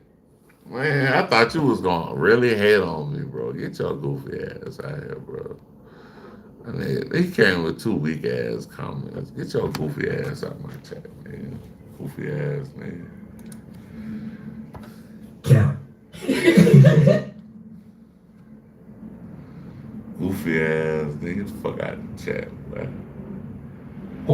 A public hotline submission, a tip that some random person called in from 2019. They aren't backed by court findings, indictments, confirmed evidence. And if you actually read the stories, they just simply don't make any sense. Okay, what the hell would Jay-Z be doing with Harvey Weinstein and Attorney General William Barr in 1996? That was the year his first album came out. Do you really think Pusha T in 2007 was hanging around Harvey Weinstein and was one of the victim's handlers? In the Eminem story, the woman describes how she weighs 300 pounds. So a video of her would be easy to find. This is her words, not mine. By the way, anyone who actually took the time to read any of these stories would know that. Now, I don't have a problem with people reporting this. I just don't understand how y'all don't report this with proper context. All you outlets know that people don't read past headlines. So if you put Pusha T, Jay-Z, Eminem in the Epstein files, everybody is gonna run with it. And I just be having to sit back and think, do we realize how much we are getting played, okay? Whenever the powers that be want to deflect from what they got going on, they will always throw meat to the blacks. Okay, because they know nobody controls the algorithm like black people. All right, why do you think they like utilizing black influencers? Which was still not enough for academics. He went on to call out Charlamagne for being part of Jay-Z's camp and also being biased towards Jay-Z. There's a lot of people that's running what I call interference. And I love watching media run interference from powerful men. Because I always think, damn, what business deal they got coming up? You know, love Charlamagne. Idol of mine. Damn. Let me remove the word idol because it feels like an idol. Bro, hey, I can't wait to see my girl, bro. I'm trying to do the video, but I just keep thinking about my old lady. Like, God damn. That's all I keep thinking about. So, I mean, hey, I'm fucking with y'all now. I'm fucking with y'all. I got y'all, but bro, I'm a little distracted, bro. I ain't gonna lie. I'm a little distracted. Right? Like, I look up to Charlamagne. I've always done that. But I don't expect Charlamagne to have a neutral or even have a qualitative conversation about Jay-Z's past and Jay-Z's history in the music industry. Why?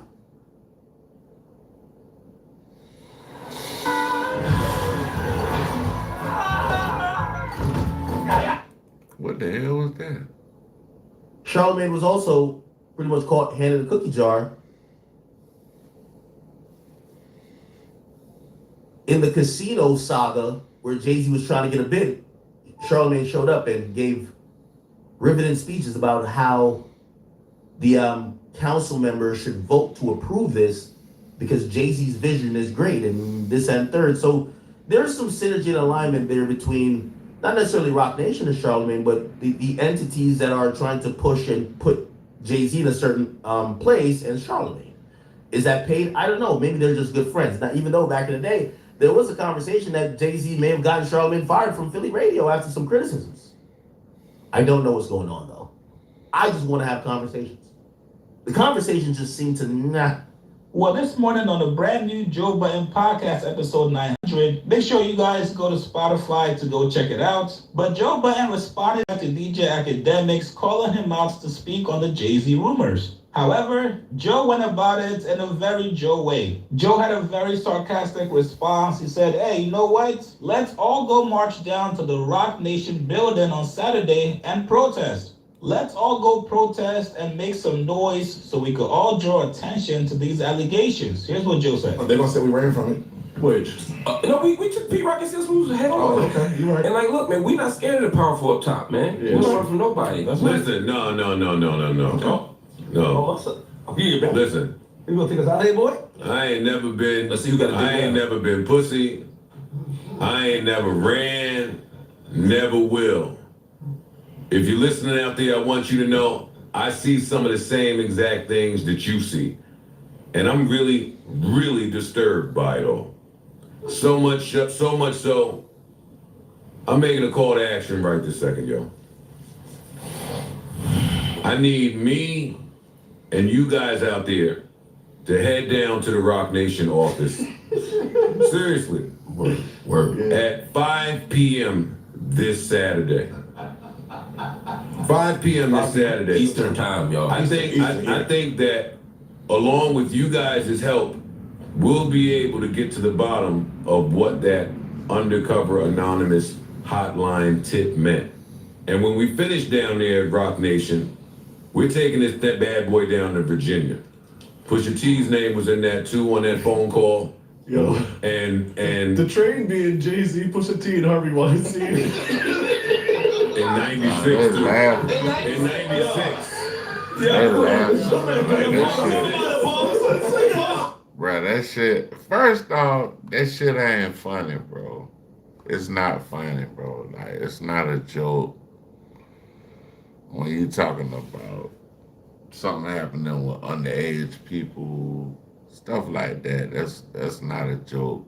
Like, that's not nothing funny about that.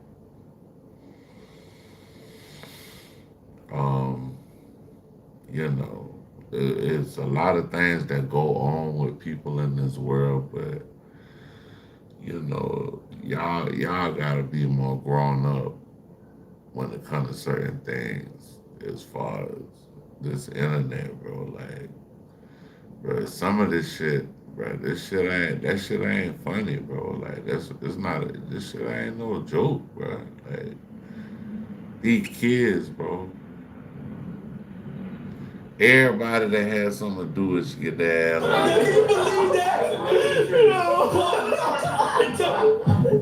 Yo, Piggity, thank you. One minute, so fun, bro. Harvey Weinstein and Pusha T. That's a sick game. Piggity, tell him, Piggity. Push was 18. Probably 130 pounds.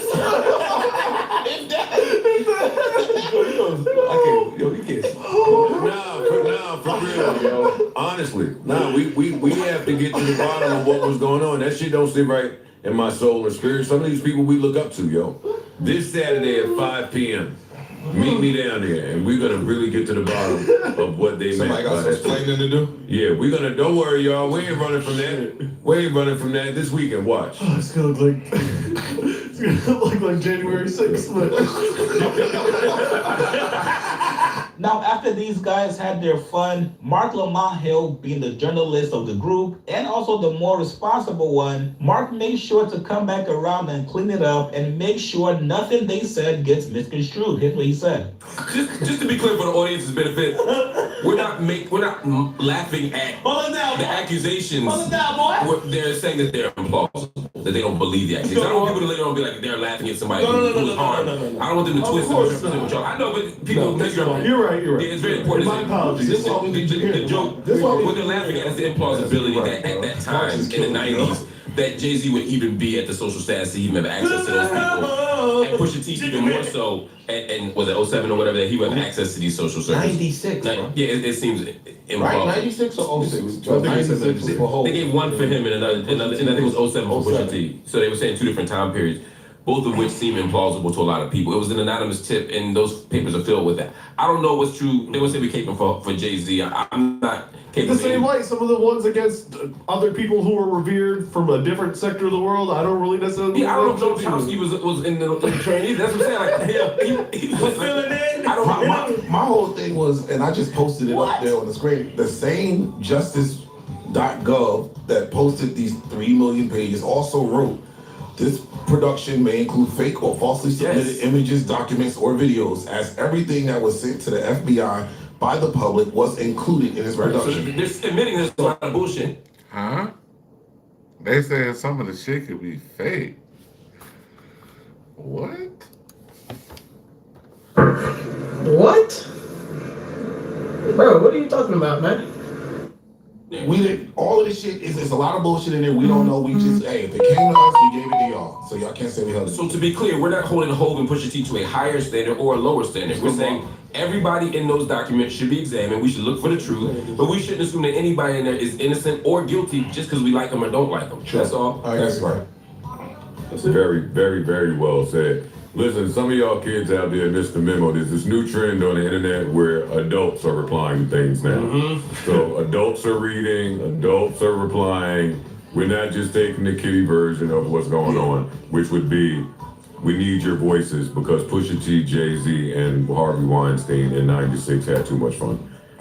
Call me when you get a little more on that. So at this point, Joe is not taking this allegation seriously. These pictures about Jay-Z come up every other year, and people are always outraged about it. Mainly people that want to see the downfall of Jay-Z. For people that don't fuck with Jay-Z, there's no explanation that's going to be good enough for him. If you come out and say, hey, I don't believe these pictures, I don't believe these Jay-Z allegations, people are going to call you biased for being on Jay-Z's payroll. So at this point, is it really worth it explaining something to somebody that's not willing to listen? And also someone that already has their minds made up regarding a specific person? You guys get in the comments below. What do you guys make of Joe's response back to that? Hey, I check out Chid Shamool. Oh shit, we got the Panda. Panda Press. We got 115 minutes. Let's see what we got. Panda Press. Y'all go check out Panda Press channel. This simple but powerful flash. Hey, he the Martin Luther King of YouTube, y'all. The Martin Luther King. Martin King. I'm talking about for real. What makes this messy is Jay-Z actually signed Nicki back in 2009, but long term she ended up becoming the bigger artist, moving around 130 million records compared to his 90 million, so that power dynamic completely flipped. Bruh, I'm gonna say it straight. I don't trust truth tellers who only start telling the truth when it benefits them. Exactly. Like Nicki going at Jay-Z is one thing. Cool, say what you gotta say. But the moment she turned it into Democrat versus Republican, Hey, bro, come on now, dog. Come on, man. I said, yeah, okay, there it is. Same playbook, different rapper. Because you can't sit at the same table, eat the same food, take the same industry money, do the same award show theatrics, and then pop up like, I'm exposing the devils now. Nah, that's not a cleanse. That's a pivot, and that's what y'all missing. This ain't Nicki saving anybody. This is an industry chess move wrapped in politics, wrapped in outrage, wrapped in a viral moment. And regular people are the target, like always. So let's break it down. What she said, why she said it now, what's real, what's noise, and why this whole thing screams one word: leverage. Bruh, here's what just happened. Nicki Minaj went straight at Jay-Z, and the internet reacted like somebody pulled a fire alarm in a crowded club. Not a normal celebrity trending moment either. This was that special kind of viral where people stop asking questions and start picking sides in 10 seconds. And at first you might think, okay, cool. Another artist speaking up, another public crash out, another day online. But then she made it political. Democrat, Republican, blue, red, church, morals, you a fool if you vote this way type energy. Oh, Lord. Again. Again. Nothing new, nothing changed, same old shit.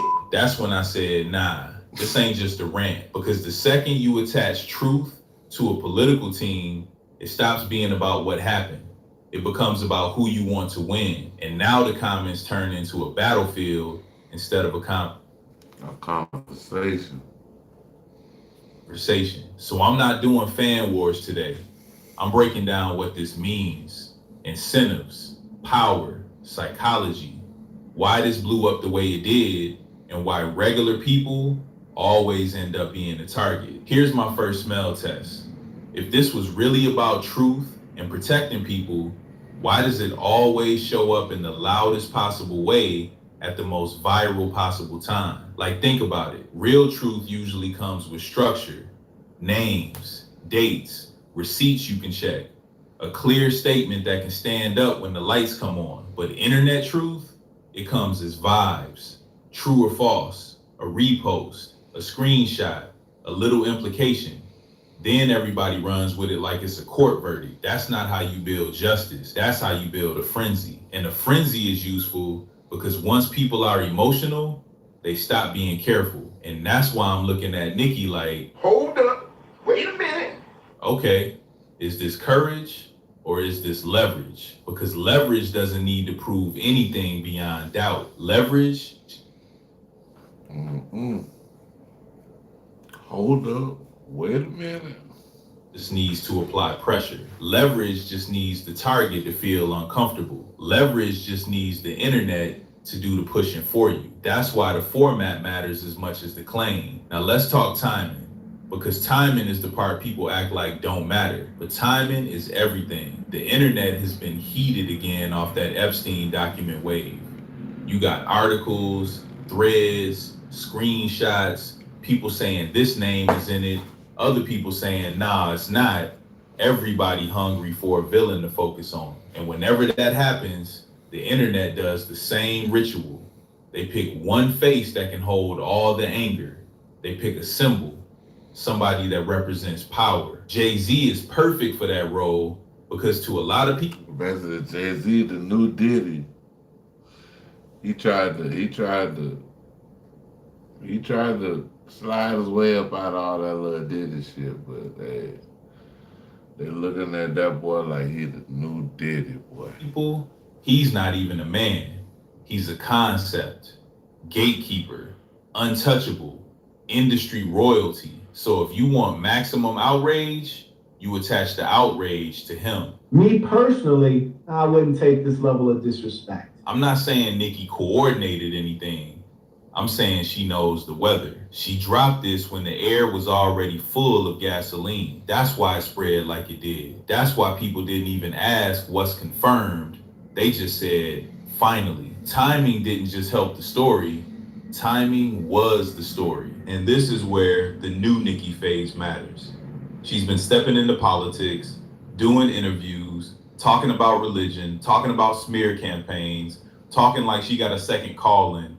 Whether you agree with her or not, that's a big shift. Because when you move like that, you're not only talking to fans anymore, you're talking to narratives. And narratives are what machines live off.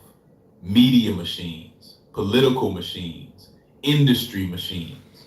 They love celebrities because celebrities can move people without needing proof. That's why when she turns it into Democrat versus Republican, I immediately see the trap. Because now half the internet will defend her no matter what she says, and the other half will hate her no matter what she says. That ain't truth. That's tribalism. That's pick a side energy. And the elites love pick a side because it keeps regular people busy fighting each other instead of asking who's really benefiting. So now the real question becomes, is Nicki speaking freely or is she speaking with protection? Yeah, I don't even know. Like, I can't even tell you that. Like, because people get real bold when they feel like they got new alliances, new friendships, new cover. You can't expose the devil while siding with the devil. Now let's be honest about what Nicki is actually doing here. She's not walking into court and laying out a case. She's signaling, true or false, retweeting claims, posting images, dropping insinuations. That's not proof. That's a flare gun. And a flare gun don't need to hit the target. It just needs to light up the sky so everybody looks in the direction. Hold on, y'all. Let me see something.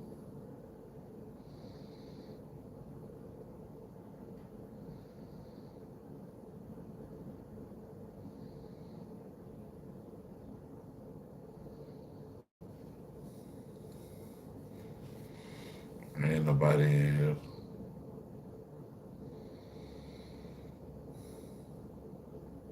Shit, I'm finna cut out. Hold on. I'll let it go to 2 hours. 56. Oh, okay. 9:35. 9:35 p.m. 9:35. I'll probably do that at 9:35. Well, I might get the 156 minutes. Just a minute. This is my birthday.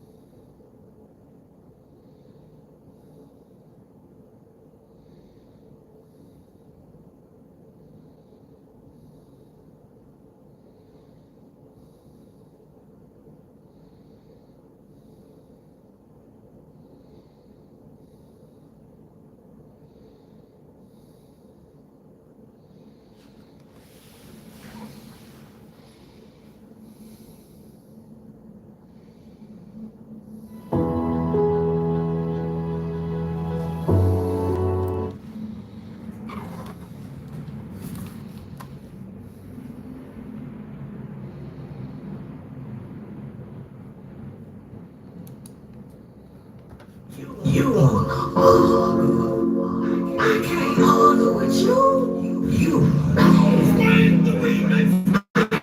Argue with you, Lord. Look at you. Look at you. You bad. Look at you. You big man.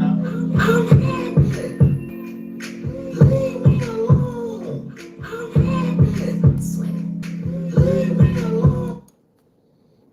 The Anton Daniels and TMZ situation, he's having a hard time handling it, but how he's choosing to handle it isn't helping him at all. Before we get this video started, if you're in need of some money and you really need to find a way to get your hands on some quick cash, there's an app called Free Cash where they pay you to test out video games. You click the link in my description or you scan my QR code to download the app. Once you download the app, you can choose the games you want to test out and they pay you to test it out. It's a really easy way to make a couple extra $100 a month. It is all transparent, it's practical, it's not a scam, they really do pay you. So if you need the money, download the app by clicking the link in my description.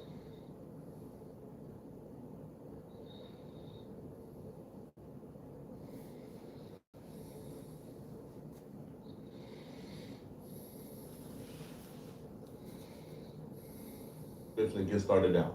On the most recent episode of his podcast, Corey is ranting and raving and crashing out on media personalities for speaking about him on their podcast, which is odd because Corey has a podcast where he speaks on other people. And if you're involved in viral stories in the last week and a half, you can expect people to talk about you on the podcast. But Corey is going off. He even gets to a point where he starts talking about this new strategy that he's about to implement.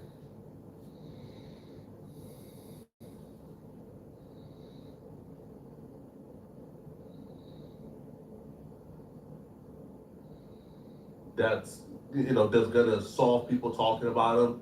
And this strategy is essentially Corey just cutting off his nose to spite his face. Tampon. Okie doke.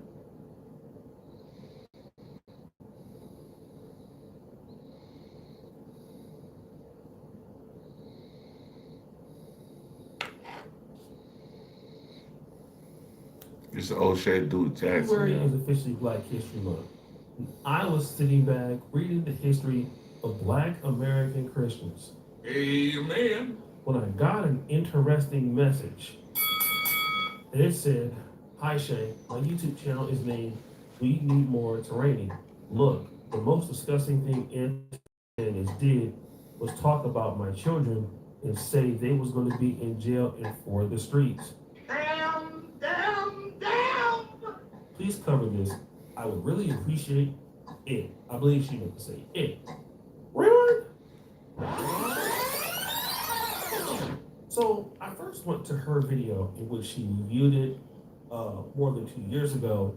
And as I started to listen to her video, I understood that this particular incident happened on one of Anton Daniels' YouTube channels called Fight Club.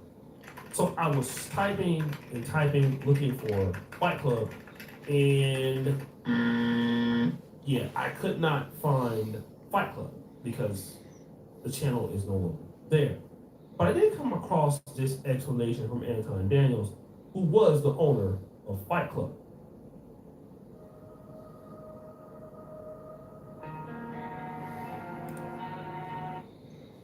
This explanation from Anton Daniels, who was the owner of Fight Club. I think that it ran its course. I think that it did what it had to do. And, it was good while it lasted. But you gotta know, you have to know when to fold. You gotta know when you won. You have to know when you won. And if you try to milk every single thing out of it, you're gonna find yourself in a bad space as a result of it. Let me kind of give you guys a small brief history on Fight Club. Fight Club was one of Anton Daniels' other channels, and it did not always include him. It was a panel-based style channel. People would be there debating, sometimes arguing. And what happened when Fight Club was a part of Anton Daniels' main channel, somebody came on, I believe one day, got naked on the stream, nudity, something like that, and then his channel was removed for a short period of time. They got the channel back. So that's why he started this situation with Fight Club. And it was making a lot of money, according to Anton Daniels, but YouTube began to crack down on, people getting disrespected on the shows, people getting bullied on the show. So he eventually decided that he would shut it down because in order to keep it going, he was doing too many restrictions and, people were going to just crash out because of their channel. So that's what happened. Unfortunately for Anton, though, in this particular sense, he was actually one of the reasons why the YouTube channel like Fight Club would be taken down. He ended up having a beef with the sister called Tyranny on this particular stream. And again, on this stream, she accuses Anton of talking about her kids. Now, Tyranny, I believe, is from Texas. I think Dallas, Fort Worth, Texas. I didn't know very much about her. It seems that maybe she's done some booty clapping online. And that was a part.